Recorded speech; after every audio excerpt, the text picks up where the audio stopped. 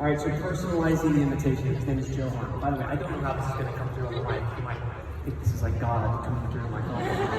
But we'll do it. Hey, Johan. Hope your day's going great, man. Listen, I wanted to reach out because me and a good friend of mine are having a webinar in a couple of weeks going over this vehicle of network marketing, the power of it, and how so many people's lives have been transformed through this vehicle. I thought of you because you've talked to me so much about how you want to leave your supermarket job, you want to be a content creator, and more than anything, you want to travel the world. I know you'd be so, into hearing the stories. I don't know if it would be for you, but I think it would absolutely bring you value. And I'd love for you to hop on if you'd be open to it. Does it sound like something you'd be open to? Boom. Set.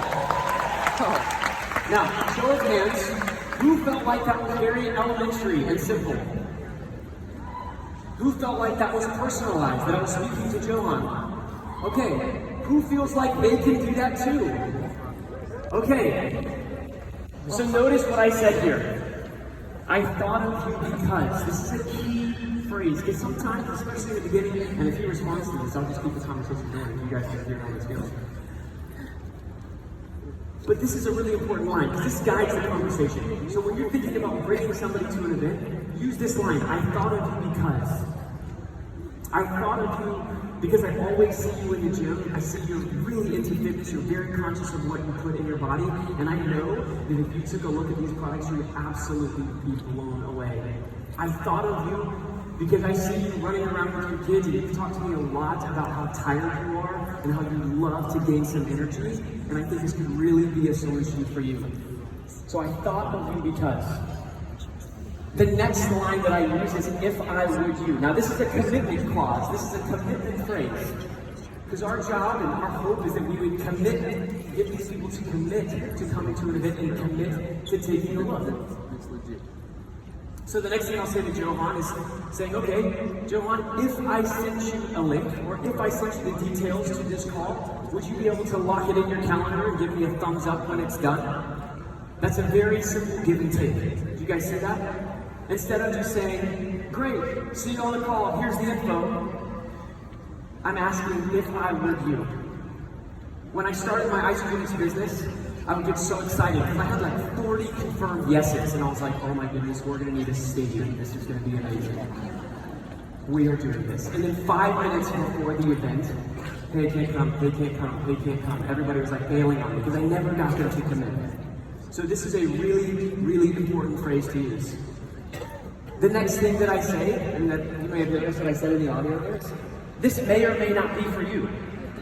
You guys, when you're inviting to events, the object is not to enroll them right then and there.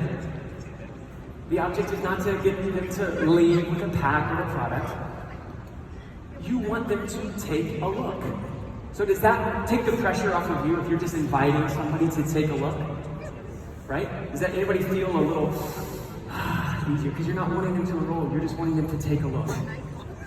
So I say, this may or may not be for you, Johan, but you've expressed to me that you have some serious pain in your life, that you want more out of life that right now you're not receiving, and I really believe that you're going to find some value out of this.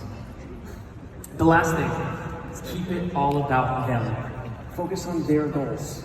Focus on what tension or stress in their life they've expressed to you, and keep it all about them. Listen, you've said so many times to me that you'd love a way to make residual income. You and I have been talking about that for years. I found something. I would love for you to take a look. Are you open to coming next Tuesday night to our Time Out Tuesday and taking a look? It's that simple. So we have local events, we have virtual events, and we also have destination events. And I want to talk about this really quickly because we're planning for a global celebration in Salt Lake City, and when it comes to destination events or events that are a little bit further out, there's one other caveat that I like to put in there. I like to touch base with these people because they, with the time that I invite them to the time of the event, there's a long period of time. So there can be unexpected events that happen, there can be unexpected expenses. And so when you're inviting your team to the next event that may be 2, 3, 4 months out, here's what I've found to be really successful for us. We like to touch base with the people on our team every couple of weeks and say, hey, we're so excited for celebration. Have you got your ticket yet? Have you got your hotel accommodations yet? Have you got your flight yet? How can I help? what that's going to do is that's going to help your team stay focused and remember that they have this event coming up, as opposed to 2 weeks before the event, you getting a text saying, hey, I can't come because I just spent $3,000 on a beach vacation. I was really hoping to pursue my dreams, but instead I went on a vacation instead. Right? So sometimes we get distracted. Sometimes our new people get distracted. So it's up to us to help them stay focused on this event coming up. Now, the last thing I'll say with Johan, let's say you're running an in-home. Let's say you have an event where there's limited seating. One, I always like to build urgency. And I also know that life comes up, life happens. So one of the things I'll say to Johan or somebody that I'm inviting to my in-home, after they've committed, I go ahead and I make this statement, and I can say with great confidence that you're going to have so many more people attending your events or virtual overviews when you include this. I say, hey, listen, Johan, I know life happens, and I know events come up. So if for whatever reason you're not able to make it to this webinar and we need to schedule another one, that's perfectly fine. But would you do me the favor of letting me know 24 hours in advance so I can give your spot to somebody else? That would help me out so much. What that does is that's the little takeaway. So now Johan knows that if he says no, then his spot's going to somebody else. And people do not want to miss out, right?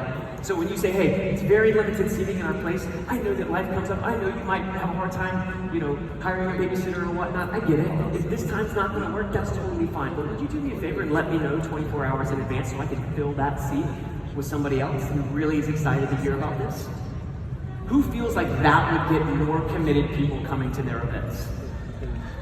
So, who feels empowered to invite more people to come take a look of Isogen? Make some noise.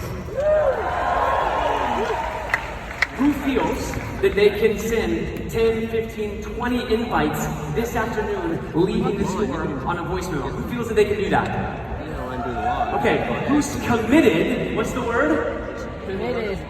To inviting 15, 20, or 30 people to take a look at Isogen before leaving this convention center at the end of this weekend. Who's committed? Wonderful. You guys, inviting to events is the highest paid skill in network marketing. I'll say that again. Inviting to events is the highest paid skill in network marketing. You get more people to events, your income is going to grow. You get more people to take a look, your income is going to grow. And the more the masses are going to be served. Okay? So with that, I get to introduce our next speaker, who is a spitball. She is a